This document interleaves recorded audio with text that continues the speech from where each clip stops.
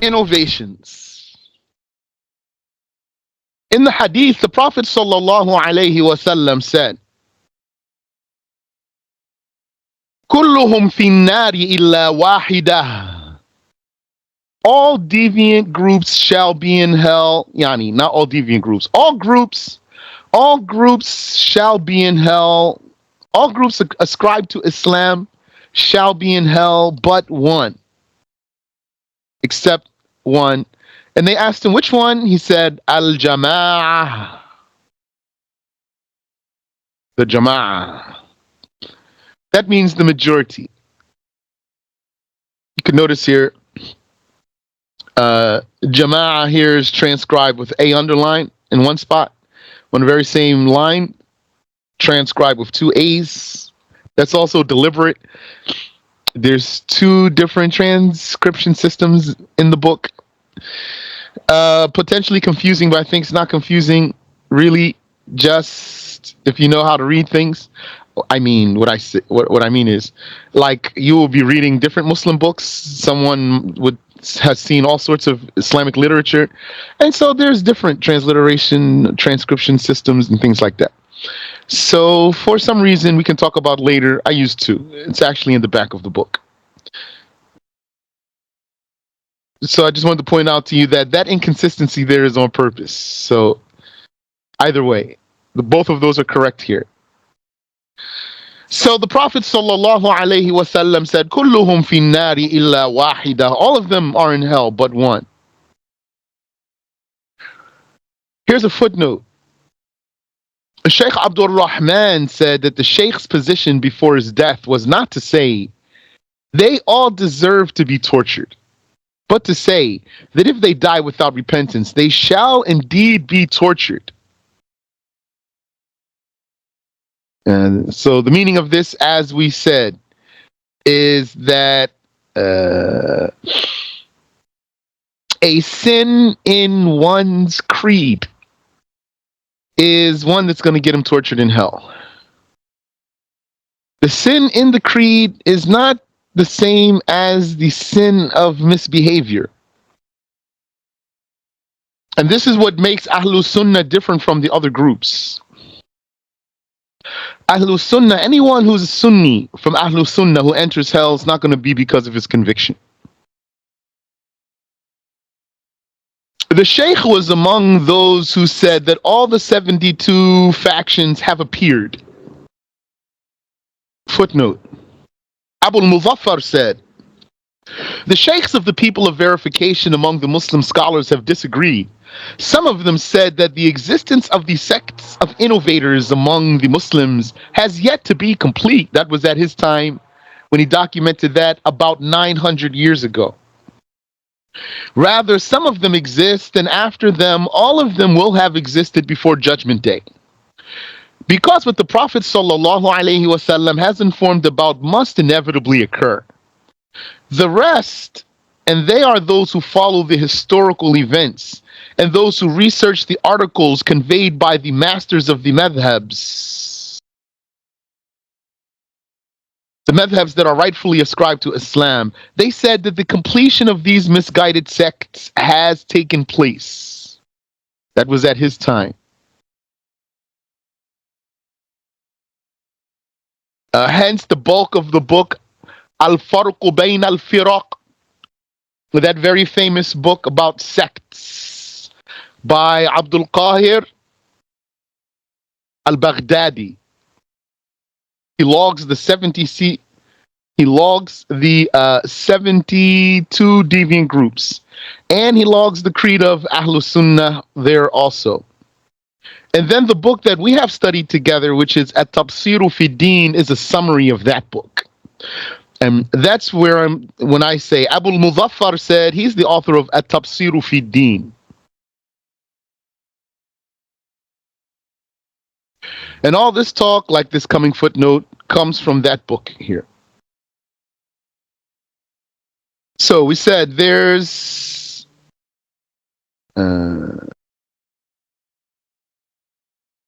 73 groups. We already counted the group of Ahlus Sunnah. So that leaves 72. We said there are 20 groups of outlaws, the Khawarij or the renegades.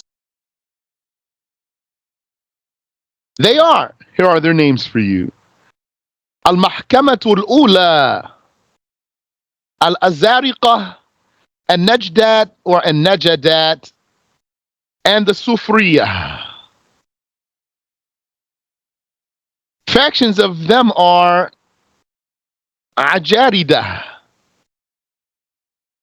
the Khaziniya, the Shu'aibiyya, Ma'lumiyya, Majhuliyya, Saltiyya, Akhnasiyya, Shabibiyya, Ma'badiyya, Rashidiyya, Mukramiyya, Ibrahimiyya, and the Waqifiyya. Interesting thing about the book about the sects, Tafsiru fi Din, and likewise its source, Al-Farqu Bayn al-Firaq, is that they serve not only as Aqidah books, but also as history books. So there's history in there, and there's very interesting stories in there. The Maymuni Ajarida are not counted because they have legitimated marrying daughters. Yani there's some Khawarij who are called the Maymuniyah.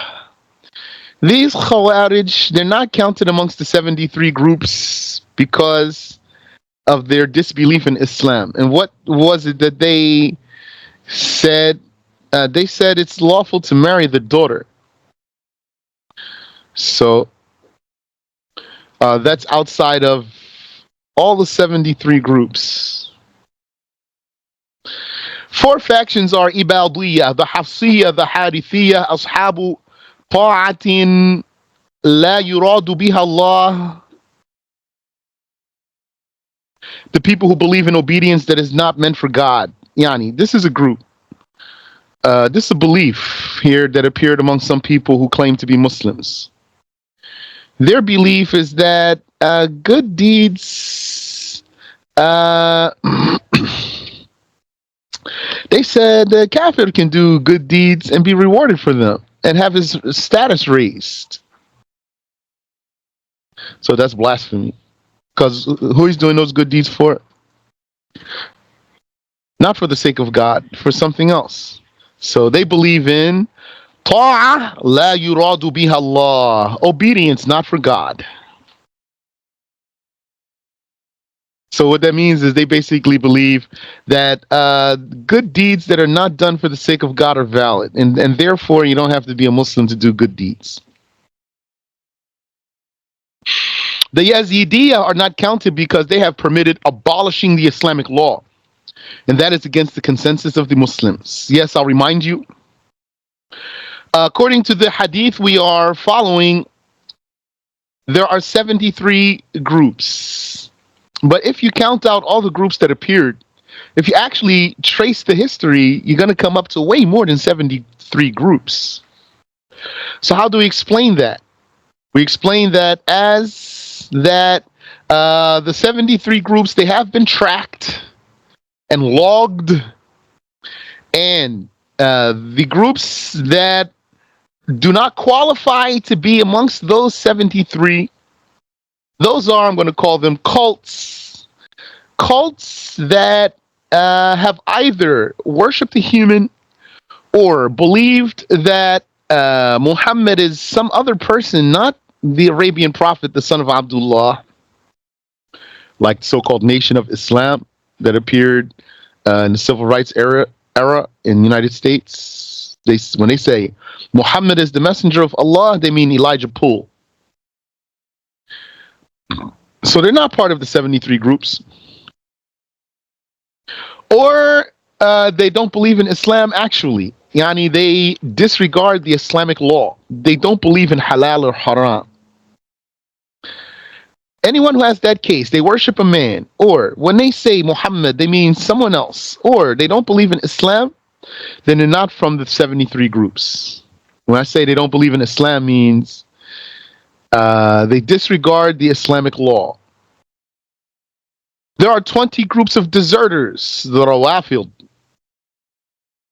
Footnote: Al-Bayhaqi narrated in Al-Madkhal from Ash-Shafi'i that he said, there are no deviant people more adherent to lying than the Rafidah. The Shiites are big liars. So you think twice before you debate with one, because it's going to lie to you. And you cannot debate with a liar unless you have enough knowledge and proper tactic also. The deserters, Rawafid, Ruffled, Ra, Fa, Dad, Ruffled. What does that mean?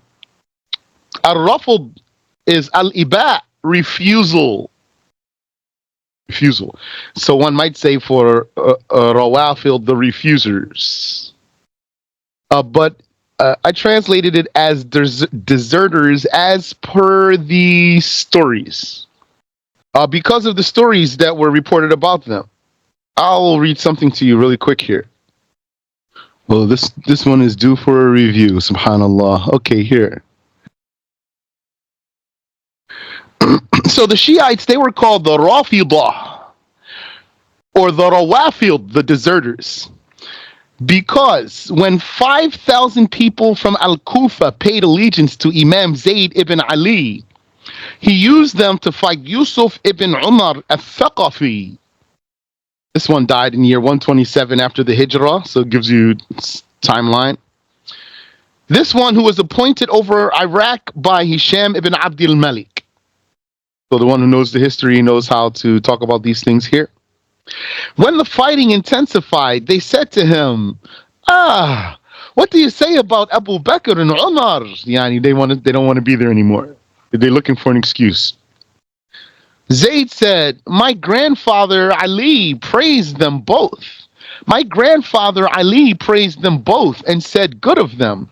My fight is with the Umayyads who fought my grandfather Ali and killed my grandfather Hussein. Yani not with Abu Bakr and Umar. Then they all committed rafd. فَخَرَجُوا عَلَيْهِ وَرَفَضُوهُ. Desertion, abandonment. Similar to how Al-Hussein was let down. They abandoned him too, the deserters. None remained but Nadr ibn Khuzaymah al-Absi and Muawiyah ibn Ishaq ibn Haritha with 200 men. The massacre came upon them, and Zayd was killed and buried in the year 121 after the Hijrah. Yeah, and then there's some more there about that story. So those are the Rawafid, the deserters. Whether Zaydiyah, Kaysaniyah, or Imamiyah, footnote. And they are three factions, the Zaydis, the Jarudiyah, the Sulaimaniyah, the Jarudiyah, the Sulaimaniyah, and the Abtariyah. All this is so summarized. Yani, if we're going to talk about all this, that means yani, the book of At-Tafsir fi Din is going to be inserted in here. So really, that's why a lot of what's here is just names. The topics behind the names are too vast to put here. So the Zaydi Shiites, they still exist. Which ones of them are those? I don't know. Those are in Al-Yemen. Isn't that what they say? The Houthis are Zaydis, Zaydi Shiites. The Kaysaniyah and the Imamiyah. And there's 15 groups of Imamiyah. The Muhammadiyah, the Baqiriyah, the Nawusiyah, Shumaytiyah, Ammariyah, Ismailiyah, Mubarakiyah, Musawiyah, Qat'iyah, Ithna Ashriyah, the Twelvers. So it looks like those are the dominant Shiites of our day. Hishamiyah, and if I'm mistaken about that, let me know. Yunusiyah, Shaytaniyah, and the Kamiliyah. So the Rawafid, the deserters, they are the Shiites, and Shiite means party. In their claim, they are Shi'atu Ali, Ali's party, and their heresy is called Tashayyur Shiism. Footnote. As for the Bayaniya, the Mughiriya, the Mansuriya, the Janahiya, the Khattabiya, those are the ones that Ash-Shafi'i mentioned, and the Hululiya, among them, they are not counted because all of them have claimed the godhood of the Imams. So when you see in some books where they talk about making takfir on the one who claims godhood for the Imams, they are talking about Shiite cults. These groups we just named are not, when we say not counted, means not included under the 73.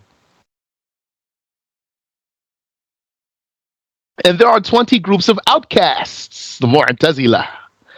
They are the Wasiliya, the Amriya, the Hudaliya,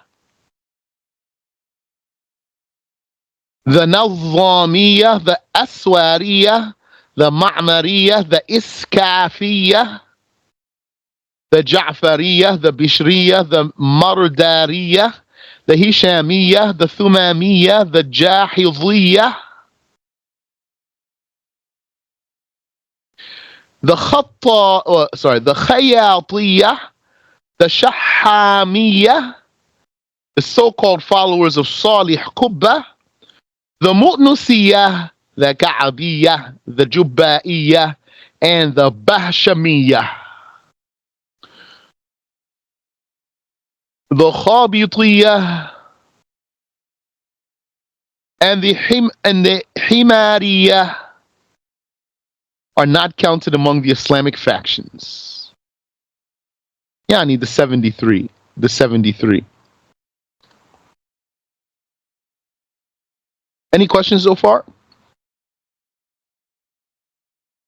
5 groups are exonerators, or if you want, remitters. That means that they believe that no believer shall be punished. There is not a believer who will be punished for a sin. That's blasphemy. There are 5 groups of exonerators. They're called in Arabic the Murji'ah. One of them believes in irja, negating punishment for the believers, as well as denying destiny. So they are Murji'ah and Qadariyah. Like Abu Shimr, Muhammad ibn Shabib al-Bisri, and the Khalidiyah. These are Murji'ah who denied the destiny. That's what I already said right there. They believe in irja as well as denying destiny. So that means they are definitely included in the hadith. Sinfani min ummati laysa lahuma nasibun fil Islam, al-qadariyatu wal-murji'ah. 2 groups from my nation have no share in Islam. The destiny deniers and those who deny that believers will be punished. Here's one group that have both of those creeds. Those who believe in irja and they believe in denying destiny. And a faction among them believes in irja. Irja is their denial that believers will be punished. That's their exonerating or their remitting. As well as the saying of Jahm that the slaves have no will. Jahm ibn Safwan, he said slaves have no will. These are Murji'ah who are Jahmiyah. Yani Jabriyah. They are Murji'ah who are Jabriyah, deniers of human will or created will. There is a faction that believes in denying the torture of the believers. And they do not believe in denying the will of the slave nor denying destiny. So they didn't go into either of those two. They only deny that the believers will be punished, and it's still blasphemy. And among themselves, there are 5 factions. The Yunusiyah, the Ghassaniyah, the Thobaniyah, the Tumaniyah, and the Marisiyah, also called the Mirrisiyah. According to these details, the Murji'ah are made of 7 factions. The Yunusiyah, the Ghassaniyah, the Thobaniyah, the Tumaniyah, and the Marisiyah. And 3 of those groups are Najjariyah. The Najjariyah existed in Roy, the town of Roy, and the surrounding areas. Here's a question for you. What do you call a person who comes from Roy? What is the way to say he is someone from the town of or the area of Roy? 5, 4, 3, 2, 1. You call him Razi. The one who comes from the town of Roy is called Razi. So that's a nisba ala ghayri qiyas. Ala ghayri al-qiyas. So if you saw scholars called Al-Razi, that means he's from Roy. So these Najjariyah, they existed in Roy and the surrounding areas. There are more than 10 factions of them, like the Burghuthiyah, the Za'faraniyah, the Mustadrika, and others.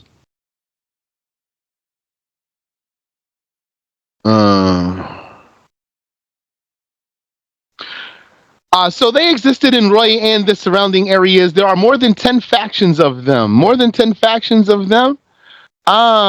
So there's more than 10 factions of them. We're saying there's 3 factions of them. How there's more than 10 factions of them if there's only 3 factions of them? What this means is out of these 3, one of them broke into groups, and that's the case of the deviant groups. That's also, one might say, natural course of events.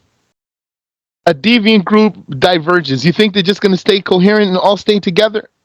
Or are they going to start breaking apart? Going to start breaking apart. By someone who was in the old group, who came up with a new idea, and then he got followers. And the people who are in the old group before that, they don't like the new thing, and then they split. Or similar to that. So if there's 3 of them, what does it mean to say there's 10 factions of them? So 3 groups of Najjariyah. Let's see who they are. They are like the Burghuthiyah, the Za'faraniyah, and the Mustadrika, but there's more than 10. So this means that some of those groups are not counted from the 73. And it could mean also that some of those groups are counted as one group. Could be that some of those groups are counted as one group, and it could be that that numerous groups are counted as one group. Why would different groups be counted as one group? Because they don't deem each other as kuffar. So then that put them in a brotherhood. A closer brotherhood. So it is possible that a deviant group breaks into sects that do not charge each other with blasphemy. If that happens, then they're still going to be counted as one group. But that usually doesn't happen. The vast majority of times, when the deviant groups splinter, they deem each other as disbelievers. And they disavow each other. And amongst those groups are the Karramiyah. from Khurasan. They were following Muhammad ibn Karram, and this one who was a scoundrel, and he learned from Imam Ahmed, and he learned from others amongst the massive people of knowledge. And then he moved out to where there were not knowledgeable people, and he preyed upon the commoners.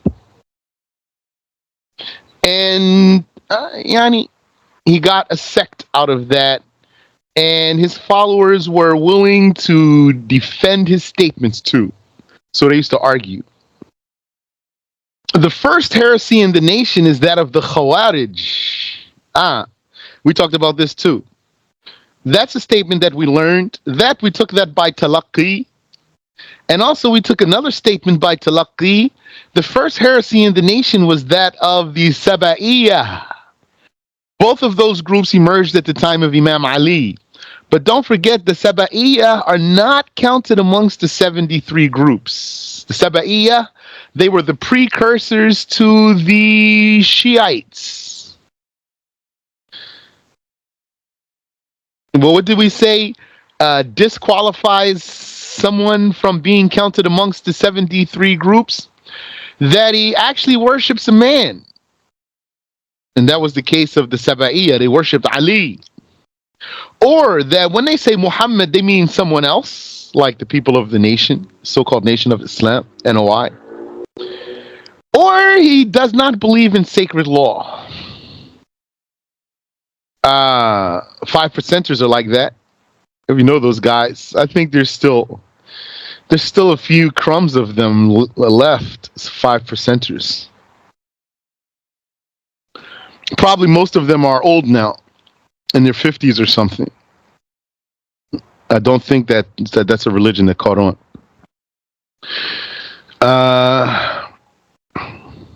They don't believe in the sacred law, but they might say they are Muslims. I met 5%ers who say they are Muslims. So the first heresy in the nation is that of the Khawarij. Yani the Khawarij, they are part of the 73 groups. They considered the mediation as misguidance, the mediation between Ali and Muawiyah. The mediation of the two mediators, Abu Musa al-Ash'ari for Ali's side, and Amr ibn al-As as Muawiyah's representative. They said this is a blasphemous scheme here. So that's because of their extremism and their being radicals and militants. So those are the original jihadi groups, like what we see today. The origin of those jihadi groups. Renegade armies, these are. They considered this mediation misguidance because they misunderstood the ayah. Inil hukmu illa lillah. The ruling is only for Allah.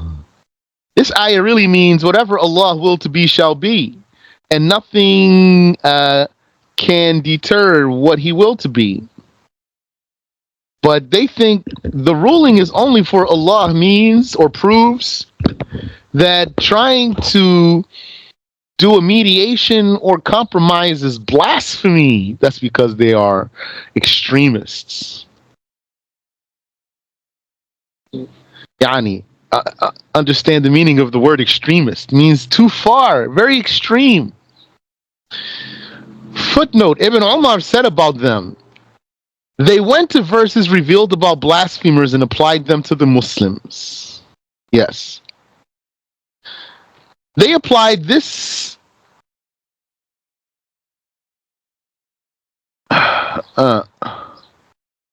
so it says they applied this verse, but there's no verse here. So that means that this footnote was copied and pasted out of somewhere and put here. Or this verse is, and some others that tell of, yeah. So where it says they applied this verse, I don't know if that's in reference to This one, inil hukmu illa lillah, or another one that got lost in the editing. And some other verses, they rely on some other verses that tell of the threat of torture that came in reference to the blasphemers or the sinful believers. Yani, more clearly, the Khawarij, they came across ayat in which it's mentioned that Allah will punish the major sinner, the fasiqun, the fusaq, and the fujjar. Allah will punish them. So they took that as evidence that if you commit a major sin, you're out of Islam. So that's way too far. And so they misunderstood this ayah because every deviant group is using some ayah from the Quran or some hadith of the Prophet sallallahu alaihi wasallam to justify their mistake. So this is the one that they use. This is their base. They have others too. This is their base. So here's footnote 1000. Ibn Umar said about them, about the Khawarij, they went to verses revealed about the blasphemers and applied them to Muslims. They applied this verse and some other verses that tell of the threat of torture and came in reference to the blasphemers or the sinful believer. Okay. This verse, which says right here, they applied this verse, the verse we're talking about right here, Inil hukmu illa lillah. They are using this verse to say that someone is a kafir, unrightfully. They are unrightfully deeming people as kuffar by this ayah of the Quran, by misinterpreting the ayah, and that is their bid'ah. But is this ayah about the kuffar? I don't know that this ayah is about the kuffar. This ayah from Surat, there's two instances of this ayah in the Quran. This appears twice in the Quran. So, what does this mean when we say verses revealed about the kuffar and they applied them to the Muslims? Meaning verses where, for example, Allah called the kuffar major sinners. They're called in some ayahs fasiqun, and they're called in some ayahs fujjar, vice doers, major sinners, and the likes of these types of meanings. So these words, which could possibly apply to a believer, because being a vice doer or a major sinner doesn't mean you're a kafir per se, but there are verses in the Quran that came about the kuffar. They are about the kuffar, but calling them words such as fasiqun and fujjar, major sinners and vice doers. So the Khawarij came to these verses about the kuffar and applied them to the Muslims. That's what Ibn Umar said about them. They went to verses revealed about blasphemers and applied them to Muslims. Then this footnote says they applied this verse. The verse in question is Inil hukmu illa lillah, and some other verses to and some other verses that tell of the threat of torture and came in reference to the blasphemer or the sinful believer. So we're going to say it this way. They used this verse. Yes. So now they are using this verse to deem Muslims as kuffar unrightfully. And some other verses that tell about the threat of torture and came in reference to the blasphemers. It says, or the sinful believer. They said that such a sinner would be in hell forever with the rest of the blasphemers. Let me fix this footnote here. So Ibn Umar said about them that they went to verses, they used verses revealed about blasphemers and applied them to Muslims. Yes, that's clear. We just explained what that means. They used this verse to deem Muslims as blasphemers. This one, Inil hukmu illa lillah. They use this verse to deem Muslims as blasphemers. Yes. And they use some other verses that tell of the threat of torture. Other verses that threaten blasphemers. Other verses that threaten blasphemers with torture. Yeah. To deem a sinner as being in hell forever with the rest of the blasphemers, because according to them, he's a kafir, this sinner. Some of them said that this is the case for the grave sinner. Some of the Khawarij said the major sinner is a kafir. Some of the Khawarij said the sinner is a kafir. But according to some of those Khawarij, there is not any sin but a major sin anyway. For some of the Khawarij, there is no sin but a major sin. So when they say the major sinner is a kafir, when they say the sinner is a kafir, they mean the sinner is a major sinner. When they say the sinner is a kafir, they mean any sinner is a major sinner, and every major sinner is a kafir. So all of this is bid'ah, heresy, bid'ah, innovation in creed. وَسُبْحَانَ اللَّهِ وَبِحَمْدِهِ